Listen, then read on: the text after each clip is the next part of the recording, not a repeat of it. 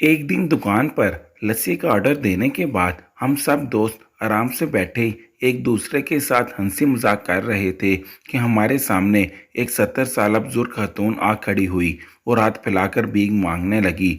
इसकी कमर झुकी हुई थी, भूख चेहरे की झुर्रियों पे तैर रही थी, आंखें अंदर ही अंदर तंसी हुई थी लेकिन जानदार थी। इसने भीख मांगने के लिए हाथ आगे किया तो मेरे सब दोस्तों ने 10 रुपये इसकी झोली में डाल दिए। बुढ़िया की आंखों में एक चमक सी पैदा हुई, जैसे वो तमाम लोगों को दिल से दुआएं दे रही हो। इसे देखकर पता नहीं मेरे जहन में क्या ख्याल आया कि मैंने जेब से सिक्के निकालने के लिए जो हाथ डाला था, इसे वापस खींचते हुए पूछा, दादी आप लस्सी पिएंगी? मेरी इस बात से दादी तो कम हैरान हुई लेकिन मेरे दोस्त ज़्यादा, क्योंकि अगर मैं इन्हें पैसे देता तो मेरे सिर्फ 5 या 10 रुपये लगते, लेकिन लस्सी तो 120 रुपये की थी। इसलिए मेरी लस्सी पीकर गरीब होने और बूढ़ी दादी के धोखे से अमीर होने के इम्कानात बढ़ जाते।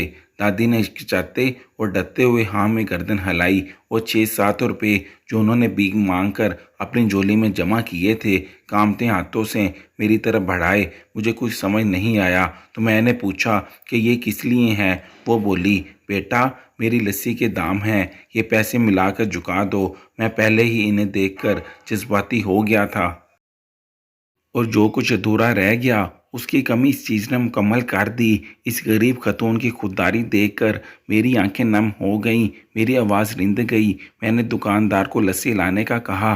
मुझे बेबसी का एहसास हुआ क्योंकि वहाँ मौजूद दुकानदार मेरे दोस्त और बहुत से दूसरे ग्राहकों की वजह से मैं इन्हें कुर्सी पर बैठने के लिए नहीं कह सकता था। मुझे डर था कि कहीं कोई टोक ना दे, ऐसा ना हो कि किसी गरीब औरत को अपने पास बिठाने पर लोगों को या दुकानदार को कोई इतराज़ हो। लेकिन जिस कुर्सी पर मैं बैठा था वो मुझे काट रही थी। जैसे ही मग से भरी हुई लस्सी हम सब दोस्तों और बूढ़ी दादी के हाथ में आई, मैं अपनी कुर्सी से उठकर नीचे बूढ़ी दादी के पास ज़मीन पर बैठ गया। और ये मेरा अटल फैसला था, क्योंकि मैं ऐसा करने के लिए आज़ाद था। कोई मुझ पर एतराज़ नहीं कर सकता था। हाँ, आसपास बैठे लोग और मेरे दोस्त एक लम्हे के लिए मुझे घूरते रहे और अजीब नज़रों से मुझे देखते रहे।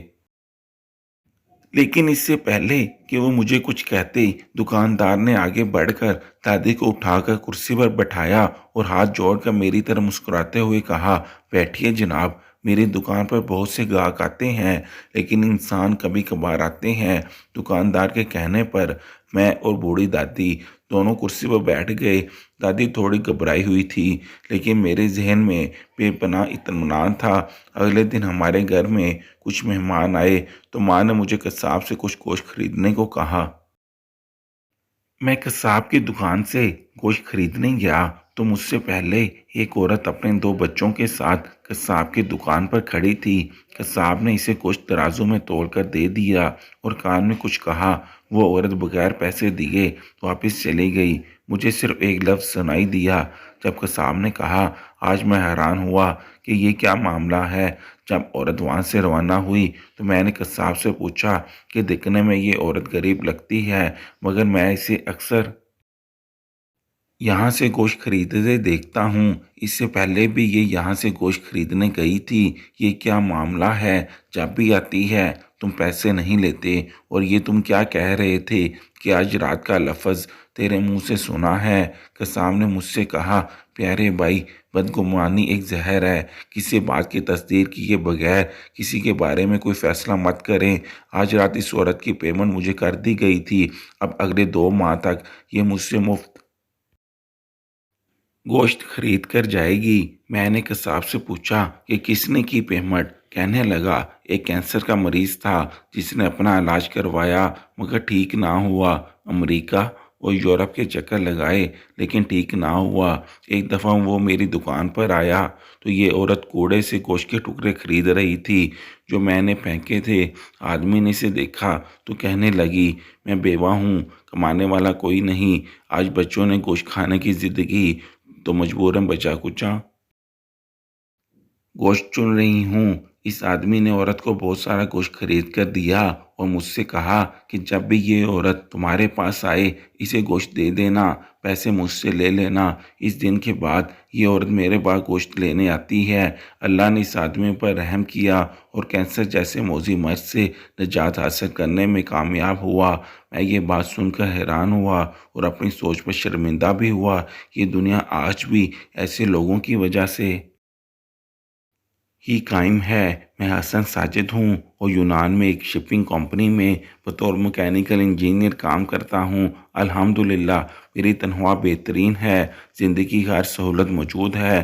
چند دن پہلے اپنی والدہ کے پاؤں دبا رہا تھا، میری ماں نے مجھ سے ایک عجیب سوال پوچھا۔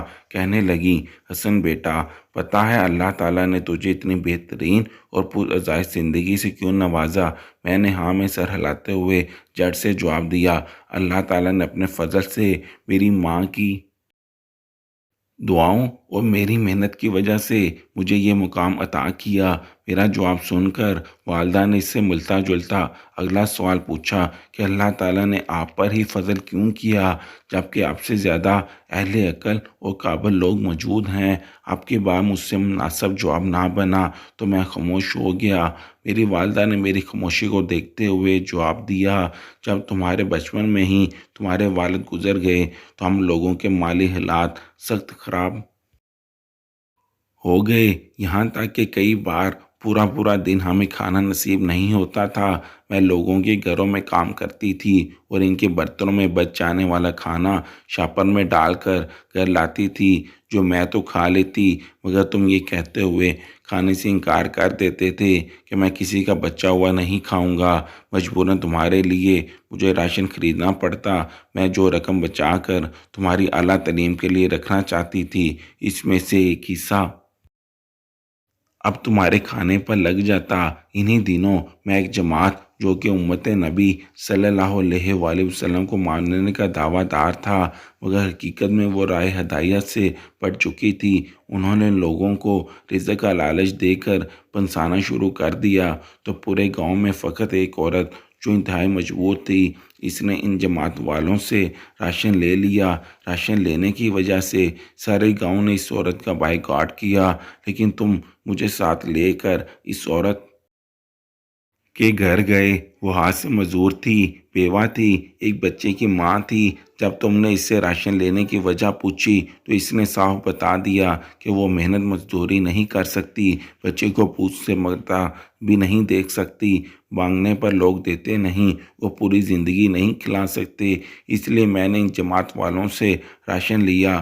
اس عورت کی مکمل بات ہونے کے بعد تم نے اس سے کہا کہ اگر آپ اور آپ کے بچے کی کفالت ہونے لگے تو آپ نے کسی بہت بڑے عالم کی طرح اس عورت کو سمجھایا کہ کس طرح وہ اس امداد کے بدلے آہستہ آہستہ تم سے ایمان کی دولت چھین لے گی۔ تمہاری بات سے مرعوب ہو کر عورت نے نہ صرف ان لوگوں سے رابطہ چھوڑ دیا بلکہ ان کا دیا ہوا راشن بھی واپس کر دیا اور کہا کہ میرے بیٹے کے پیٹ میں کسی ایسے شخص کی خراج جائے جس کے دل میں بغض رسول اللہ صلی اللہ علیہ وآلہ وسلم ہو، میں یہ برداشت نہیں کر سکتی۔ اس دن کے بعد تم نے میرے ساتھ لوگوں کے گھروں کا بچا کچا کھانا کھانا شروع کر دیا اور اپنے تعلیم کے لیے بچ جانے والی رقم اس فیملی کو دینا شروع کی۔ اپنی تعلیمی اخراجات کو پورا کرنے کے لیے تم نے چائے کے ڈھابے پر کام شروع کیا۔ اس ڈھابے سے آنے والی رقم میں اتنی برکت تھی کہ تمہارے تعلیمی اخراجات کے علاوہ گھر کے چھوٹے موٹے اخراجات بھی اس سے پورے ہونے لگے۔ پھر 8ویں کے بعد تمہارا وظیفہ لگ گیا۔ اس کے بعد اللہ تعالیٰ نے تمہاری تعلیم پر گھر سے 1 روپیہ بھی نہ لگنے دیا، یہاں تک کہ ہمارے علاقے میں پہلی بار لوگوں کو پتہ چلا کہ نصرت بھی کسی یونیورسٹی کا نام ہے۔ جب تمہارے اس یونیورسٹی میں داخلہ ہوا، اللہ تعالیٰ کی مہربانی سے تمہیں 6 یونیورسٹیوں کی طرف سے مفت تعلیم کی آفر ہوئی اور مکینیکل انجینئر بننے کے بعد تمہیں ماسٹر کرنے کے لیے امریکہ کی یونیورسٹی میں اسکالرشپ کی آفر ہوئی۔ मगर तुमने इनकार करते हुए जॉब शुरू कर दी। अल्लाह ताला तुम्हें नवाजता गया, तुम तरक्की करते गए, हमारे दिन फिरते गए, यहाँ तक कि आज हम लोग दुनिया की पुरज़ाइश तरीन ज़िंदगी गुजार रहे हैं। मगर मैं महसूस कर रही हूँ कि अब तुम लोगों की मदद के मामले में पहले जैसे नहीं थे। अब तुम्हें भूख व अफलास की वजह से ज़िंदगी से मुंह मोड़ते और राह हदायत से भटकते लोग क्यों नज़र नहीं आते।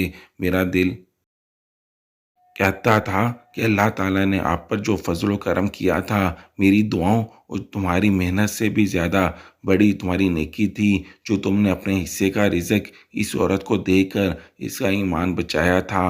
मैं चाहती हूँ आज तुम जिस मुकाम पर खड़े हो इसका फ़र्ज़ भी अदा करो और ढूंढ ढूंढ कर मोहताजों को तलाश करो।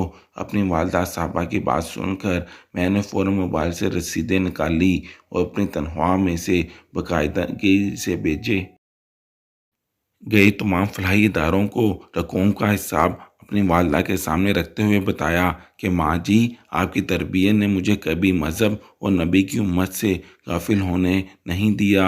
रसीदें देखने के बाद मेरी वालदा साहबा ने मेरे सर का बूसा लिया और रोते हुए कहने लगी कि बेटा, तुम मेरी तरबियत से कहीं ज़्यादा बढ़कर काम कर रहे हो। और मैंने माँ के सीने से लगते हुए कहा कि बस अल्लाह ताला आपका साया हमारे सर पर कायम रखे। अल्लाह ताला हर माँ का अपनी औलाद पर साया ता क़यामत कायम रखे, क्योंकि माँ किसी भी घर का मोहब्बत से भरा हुआ ऐसा दरख्त होता है जो फल साया सब कुछ देता है और तमाम तर तकलीफ़ें खुद बर्दाश्त करता है।